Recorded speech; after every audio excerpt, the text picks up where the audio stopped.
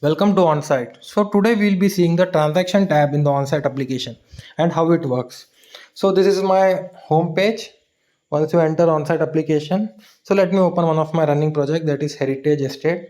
So once you open the project, this is a tab you see. You directly come to the transaction tab. So let me explain you the whole transaction tab and how it works. So at the top you can see balance, total in, total out. So total in is nothing but the payment you have received from different parties or your clients in this project. Total out is the total payment out you have made to different parties, and balance is the difference between total in and total out. So I have received total 4 lakhs. I have made a total payments to different party of 1.2 lakhs. So I have a 2.8 lakh rupees left in this project. Okay, so that is how it works. Then we have the invoice option. So the total invoice you have raised for the client, or you can say the bills you have given to the clients. Okay, then you have the total expenses. So total expense of this project, and if you click on total expense, it will show the expense breakup, that is expense analytics. So you can see the breakups of this expense. So I have around 1.2 in the material expense, then there are some salary expense, other expense, and site expense. So all of this expense breakup you will be able to analyze here. Then coming down, you will be seeing all kind of invoice, expense, payment. So this tab will have all the entries recorded, which whenever you do a expense entry, whenever you do a payment, whenever you create a bill, all of that is recorded here. Then you have this payment in and payment out option, which is very simple. Payment in, whenever you receive a payment from a party, you do payment in. Whenever you are making a payment to any party from this company, you do a payment out. Now let's click on this plus button. So these are the different options you have under transaction. Like let's start with the sales invoice. So whenever you are creating a bill for a client, you can raise a sales invoice in Onsite app. You click on sales invoice. You can select the client name, like Sanjeev is my client here. Next.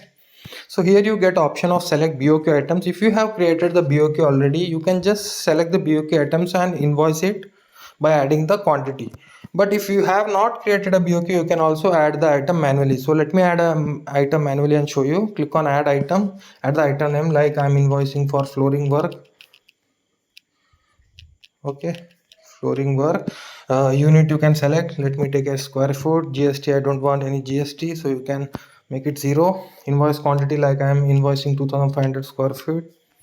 Unit price, so for per square foot I am it's around 350, let's say. Then you have the cost code is nothing but the category. You can select which category. This was civil work category. Then any kind of description, HSN code, you can add all of that, and you can just save it.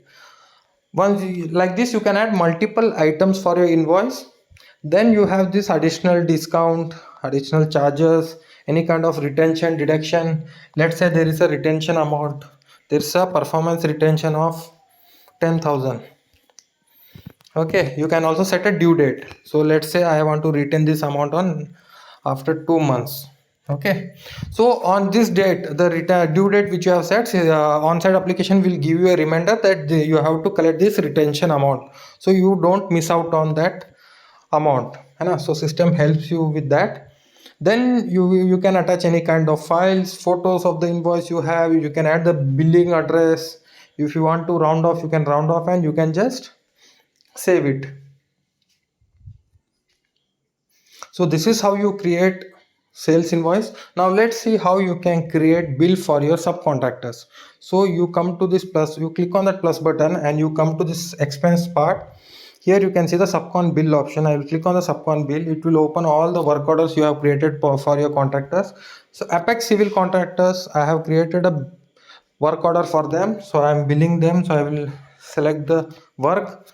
So here all the work order items will be displayed. So plinth work I am selecting. Next, I can add the quantity I am invoicing. Let's say I am invoicing 400 quantity. Further, any kind of tax deduction, retention, same like you have add a retention in the sales invoice. Now you can add retention for your subcontractors also. Any kind of additional charge you want to round off, you can add the bill address. Cost code is nothing but the category of work, like this is, let's say, for civil work. Then any kind of images or files you want to attach, you can do that, and you can just save the subcontractor bill. So this is how the subcontractor bill looks. You can download the bill and share with your subcontractors from here. You have this PDF option, and similar way you can also download the sales invoice also from here and share with your clients.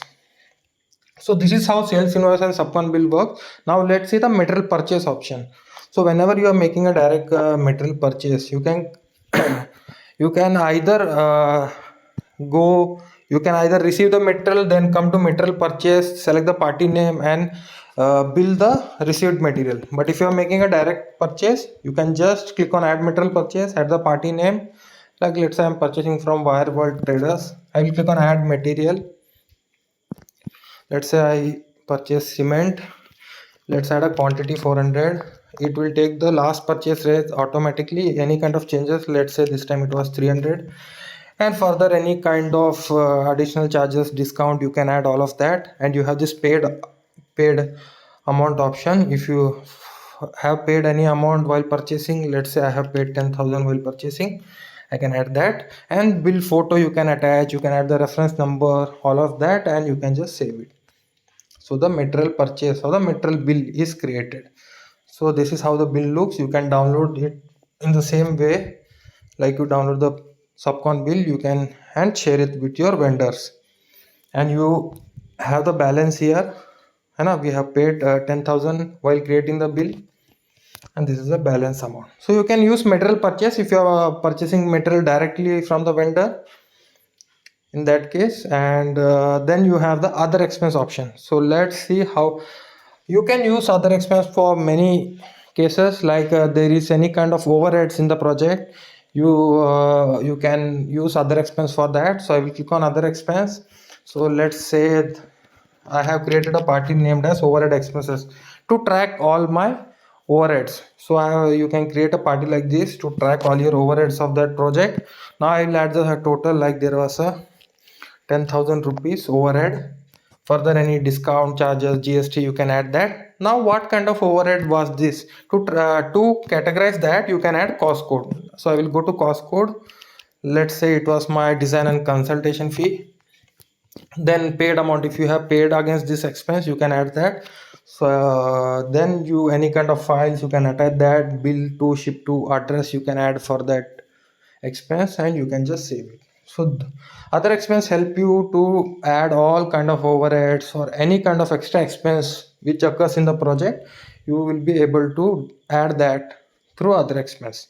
Now once this is done, you can use the payment out and payment in option.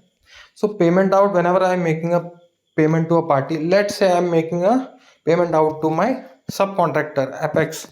So I will click on payment out. I will select the party Apex Civil Contractor. Let's say I am making a payment of 10,000. So let's say I am making in cash. So here you can see all the invoices. We have just created an invoice of 80,000. So it will show which invoice you want to settle. We had a previously I had an invoice created for the same contractor. Further, you can also categorize which category payment is this, and you can attach any kind of payment screenshot as of such, and you can just save it.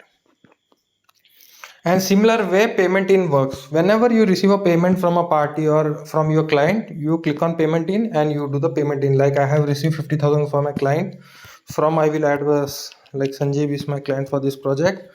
50,000 I received in bank. You can also select which bank, and further you can click on this invoice option. So it will show all the invoice for which you have to receive. So we had created an invoice today, so I am receiving money against that invoice. Save. So this is how payment in and payment out works. Whenever you are making a payment to a party, you will do payment out. Whenever you are receiving a payment from your client or a party, you will do payment in the project. Okay, thank you.